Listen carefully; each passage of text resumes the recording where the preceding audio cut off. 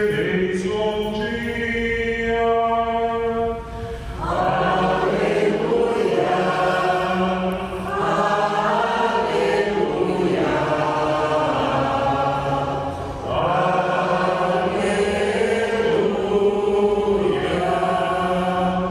O Senhor esteja convosco. Ele está no meio de nós. Proclamação do Evangelho de Jesus Cristo segundo Lucas. Glória a vós, Senhor. Naquele tempo, Jesus, levantando os olhos para os seus discípulos, disse: Bem-aventurados vós, os pobres, porque vós é o reino de Deus. Bem-aventurados vós que agora tendes fome, porque sereis saciados. Bem-aventurados vós que agora chorais, porque havereis de rir. Bem-aventurados sereis quando os homens vos odiarem, vos expulsarem, vos insultarem e amaldiçoarem o vosso nome por causa do Filho do Homem. Alegrai-vos nesse dia e exultai, pois será grande a vossa recompensa no céu. Porque era assim que os antepassados deles tratavam os profetas. Mas ai de vós, ricos, porque já tendes vossa consolação. Ai de vós que agora tendes fartura, porque passareis fome. Ai de vós que agora rides, porque tereis luto e lágrimas. Ai de vós quando todos vos elogiam. Era assim que os antepassados deles tratavam os falsos profetas. Palavra da salvação. Glória a vós, Senhor. Nos casos, acolho com sincera ternura dos que realizaram dos seus entes falecidos, neste 7º dia de Trélia, neste 1º ano de Carlos Alberto, 30º dia de Bete e de Pedro Paulo. Que o bom Deus conceda a estes nossos irmãos o descanso, a luz e a paz, e a todos os familiares e amigos, o fortalecimento na fé e na esperança. Temos visto nas catequeses, nestas missas de quartas-feiras, alguns temas relativos à tríplice concupiscência. Dedicamos algumas quartas-feiras para meditar sobre a realidade do demônio e começamos na semana passada a tratar da concupiscência da carne e logo no próximo trataremos sobre a concupiscência do mundo. E dentro do tema da concupiscência da carne, começamos a meditar na semana passada sobre a necessidade para o autodomínio de termos, cultivarmos e fomentarmos uma ascese dos sentidos.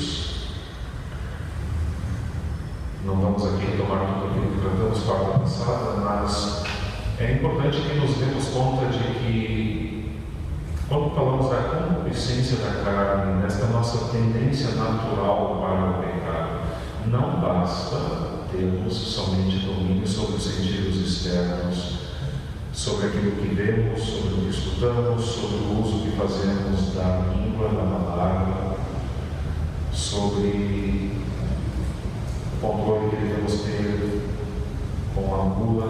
É preciso também que controlemos, que tenhamos domínio, que façamos uma ascese, que progredamos nas faculdades, nas potências da alma, porque somos uma unidade de corpo e alma, e não adianta somente exercitarmos a ascese externa e não cultivarmos a ascese interior.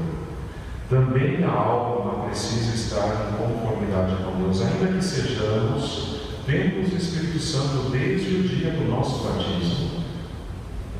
Mantém-se intacta a liberdade humana, e esta nem sempre corresponde aos sopros do Divino Espírito Santo. Por isso é preciso que exercitemos também nossas faculdades interiores. É preciso, e sobre isso meditaremos hoje, que cultivemos uma ascese do entendimento e da inteligência e uma ascese da memória e da imaginação. O que significa a ascese do entendimento e da inteligência? Às vezes, e não são poucas, falo pelo menos por experiência minha. Às vezes nós somos obstinados em nossas ideias. Pensamos que aquilo que pensamos é o certo. Até porque se não julgássemos se fosse certo, não pensaríamos. Mas, não raras vezes, nós somos tão obstinados nas nossas ideias, nos nossos conceitos, que nos julgamos no direito de querer impor nossas ideias e conceitos ao próximo e não nos subordinamos a Deus. Quantas vezes discordamos daquilo que Deus nos diz? Mas isso é coisa de outrora, isso é coisa do passado, hoje o mundo é diferente, hoje a Bíblia precisaria ser reescrita. Sim, Deus disse, mas aí nós damos uma de Jesus, né? Os antepassados disseram, eu porém vos digo. Jesus disse, mas eu porém penso assim. E não conformamos a nossa inteligência à sabedoria de Deus. E para que nós consigamos superar essa tendência do orgulho de querer sobrepor, manter nossas ideias fixas, para que consigamos neste ou naquele setor da nossa vida em que talvez vivamos no erro, porque julgamos que o erro seja certo, e consigamos abraçar a luz da verdade, e Cristo é a verdade, e a verdade liberta, é preciso sim que façamos uma cese do entendimento e da inteligência. Examinemos a nossa consciência, o nosso entendimento, nos perguntemos, aquela ideia que eu mantenho tão apaixonadamente como fundamento, ela tem como fundamento o Evangelho, a razão, a lógica, a experiência? Ou simplesmente é assim porque é assim, pau é pedra, pau é pedra, assim será e ninguém discute? Eu me permito questionar as minhas próprias ideias, confrontá-las com a sabedoria do Evangelho, confrontá-las com o diálogo franco com o meu irmão. Dou-me conta de falar ou pensar com segurança sobre os temas que eu costumo tratar, ou sou leviano e vivo falando de achismos?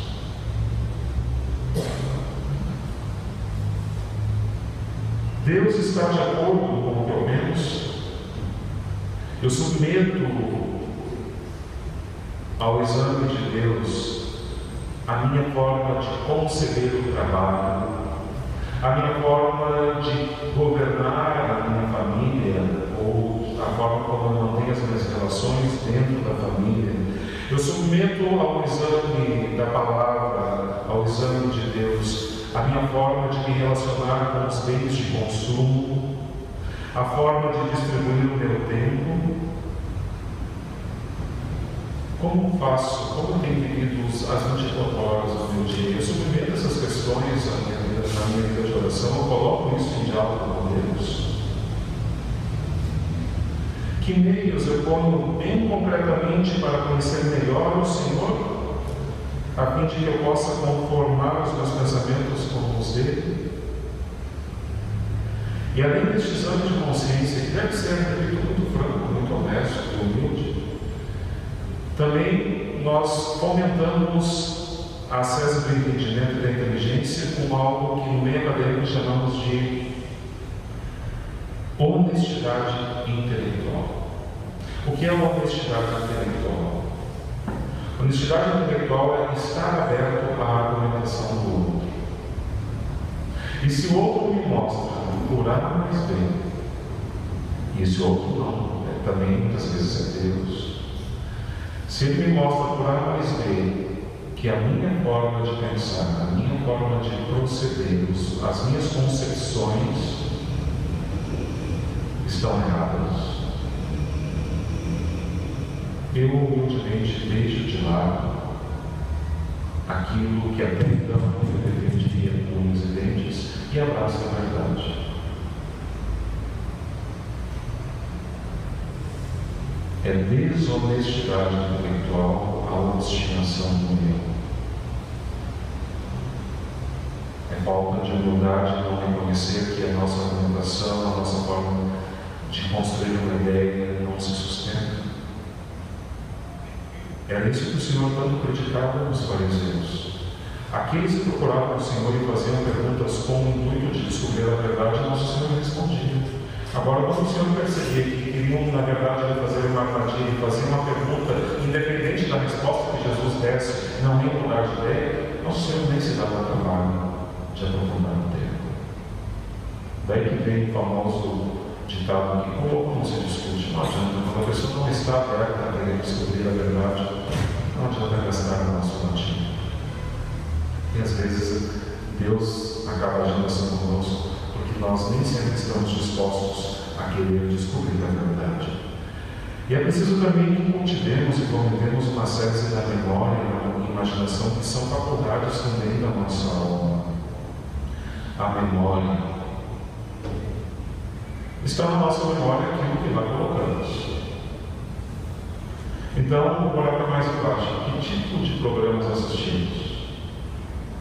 Entra aqui de novo o tema da semana passada, a guarda da lista, acesso dos sentidos, mas que tem repercussões diretas na vida interior.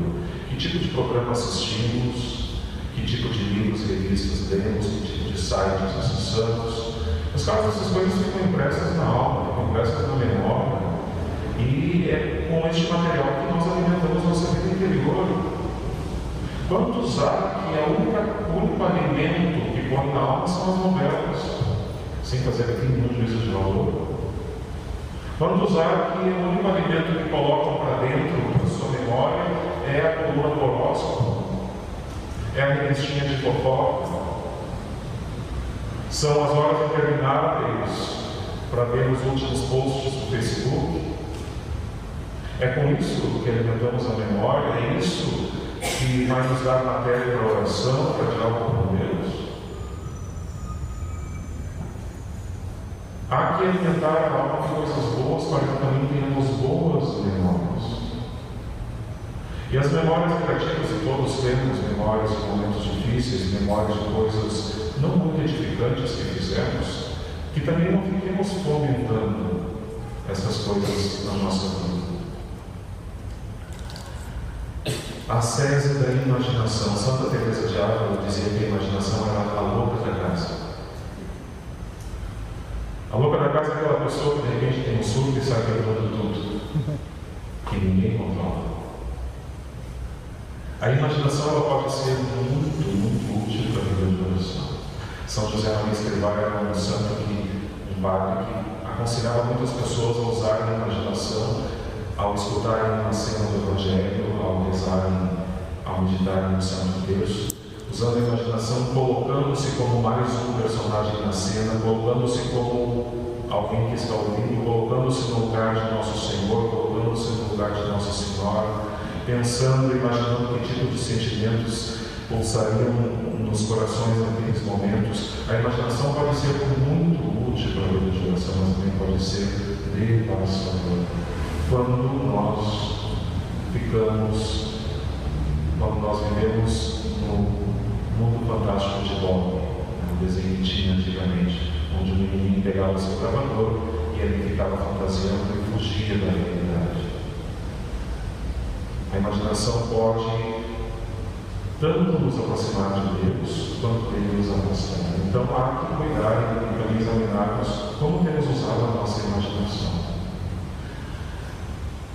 E o padre, no aconselhamento espiritual das confissões, percebe assim, também pela experiência própria, como muita gente tem imaginação fértil para bobagens.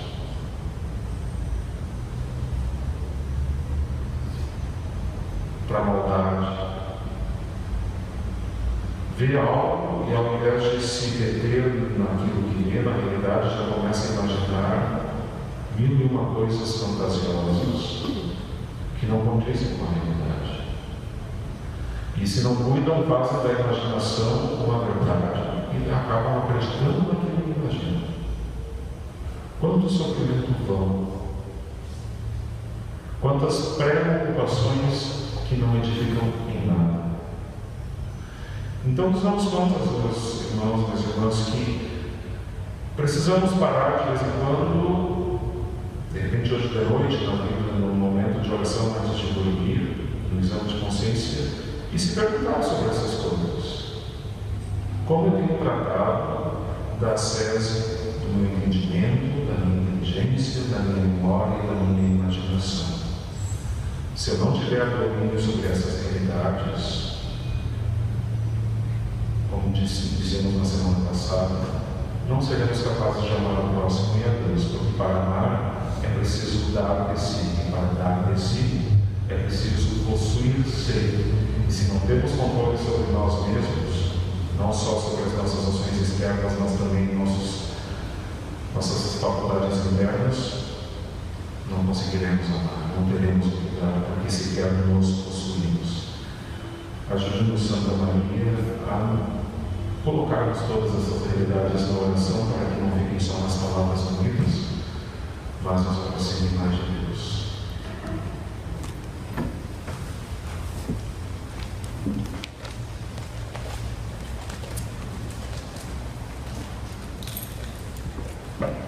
Canto 91.